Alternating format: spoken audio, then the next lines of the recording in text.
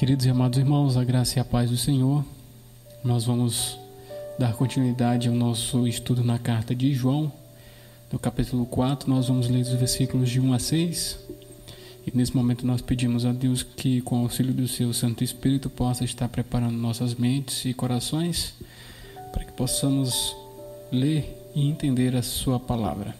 A palavra do Senhor nos diz o seguinte: quando, pois, o Senhor veio a saber que os fariseus tinham ouvido dizer que ele, Jesus, fazia e batizava mais discípulos que João, se bem que Jesus mesmo não batizava, e sim os seus discípulos, deixou a Judéia, retirando-se outra vez para a Galiléia. E era-lhe necessário atravessar a província de Samaria. Chegou, pois, a uma cidade samaritana, chamada Sicar, perto das terras de Jacó, que Jacó dera a seu filho José. Estava ali a fonte de Jacó. Cansado da viagem, assentara-se Jesus junto à fonte por volta da hora sexta. Amém, graças a Deus pela sua palavra. Irmãos, nós vemos aqui nessa passagem o batismo e sua verdadeira posição e a natureza humana de nosso Senhor Jesus Cristo. Existem aqui, irmãos, afirmações preciosas que merecem nossa atenção especial. Elas esclarecem dois assuntos da vida espiritual sobre os quais é muito importante termos uma opinião bem definida. Primeiro é a afirmação sobre o batismo. Lemos que Jesus mesmo não batizava, e sim os seus discípulos. É bastante notável a expressão aqui utilizada. Ao lê-la, nós aprendemos muito com as conclusões a que chegamos.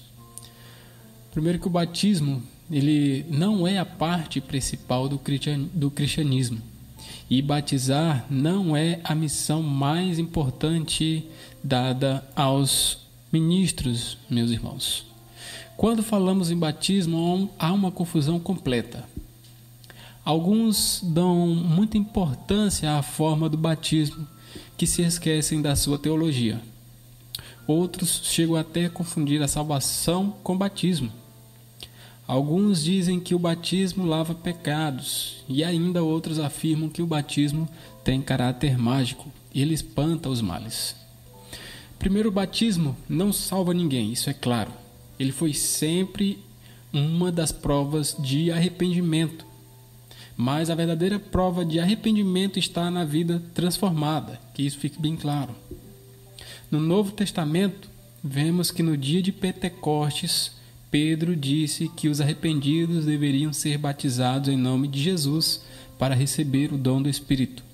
Lá em Atos capítulo 2, versículo 38 e 39, vai dizer o seguinte: respondeu-lhes Pedro: arrependei-vos e cada um de vós seja batizado em nome de Jesus Cristo para a remissão de vossos pecados, e recebereis o dom do Espírito Santo, pois para vós outros é a promessa, para vossos filhos e para todos os que ainda estão longe, isto é, para quantos o Senhor Deus chamar. Para entrar na igreja de Cristo, irmãos, é necessário o batismo. Por isso a necessidade de usar água. Mas o batismo não salva e nem lava pecados. Ele é chamado de meio de graça. São aqueles que aceitam a palavra. Vamos ler novamente Atos capítulo 2, versículo 41. Atos capítulo 2, versículo 41, nos diz o seguinte, essa passagem: então, os que lhe aceitaram a palavra foram batizados, havendo um acréscimo naquele dia de quase 3.000 pessoas. Irmãos, a igreja presbiteriana e as igrejas reformadas entendem o batismo de adultos como uma forma de provar que a pessoa crê em Jesus e lhe aceitou a palavra. Assim como a circuncisão lá no Velho Testamento foi a forma em que Deus fez uma aliança com Abraão e com toda a sua descendência. O batismo não é parte principal do cristianismo, é o que nós acabamos de dizer. E batizar, enfatizo novamente, não é a missão mais importante dada aos ministros. Com frequência, meus queridos, lemos que o Senhor se dedicava à pregação e à oração, e uma vez administrou a ceia do Senhor, mas não existe um só registro de que tenha batizado alguém. Aqui somos informados de que esse era um trabalho que Jesus delegava a outros. Ele mesmo não batizava, e sim os seus discípulos. Essa lição é muito importante para os dias de hoje. O batismo, como uma ordenança dada pelo próprio Senhor Jesus, é honrável e jamais deve ser subestimado pelas igrejas. Não pode ser negligenciado, sem que dessa forma se esteja cometendo um grande pecado. Quando é usado de maneira correta, em fé e oração, traz grandes bênçãos. Porém, jamais houve a intenção de se dar ao batismo a posição que muitos lhe conferem hoje em dia. O batismo não proporciona benefícios místicos, não traz necessariamente a graça do Espírito Santo. Os benefícios que dele procedem dependem grandemente da maneira como é utilizado. Em muitas igrejas, a doutrina ensinada e a linguagem empregada sobre o batismo são incoerentes com o que lemos neste texto. Se o batismo tivesse toda a importância que alguns lhes atribuem, jamais seríamos informados de que Jesus mesmo não batizava.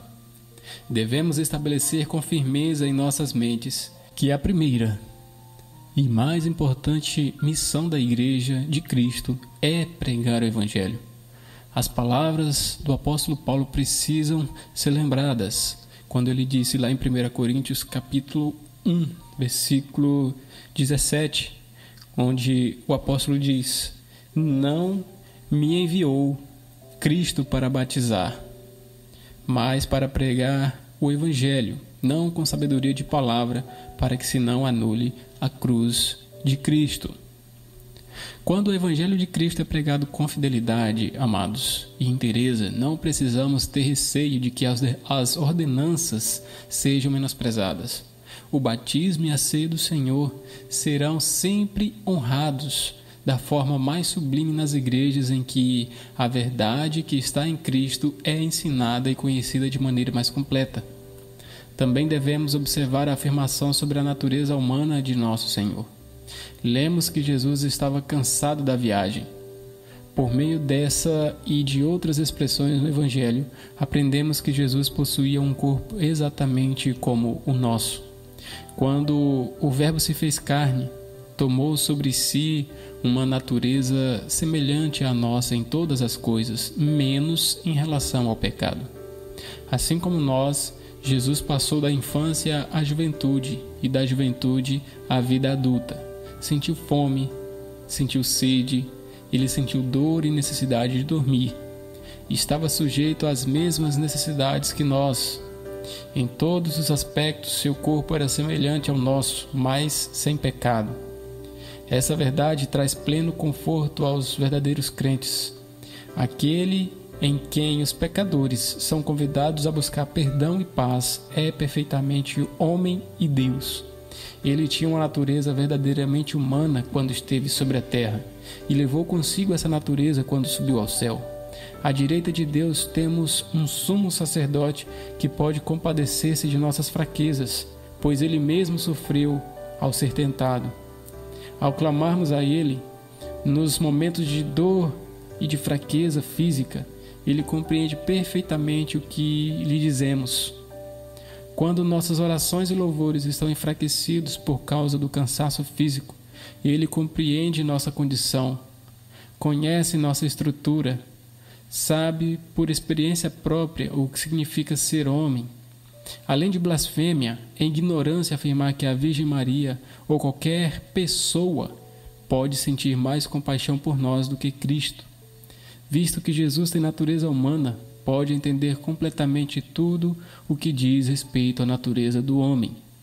Os pobres, os enfermos e os que sofrem têm no céu alguém que não somente é um poderoso Salvador, mas também um amigo que se compadece.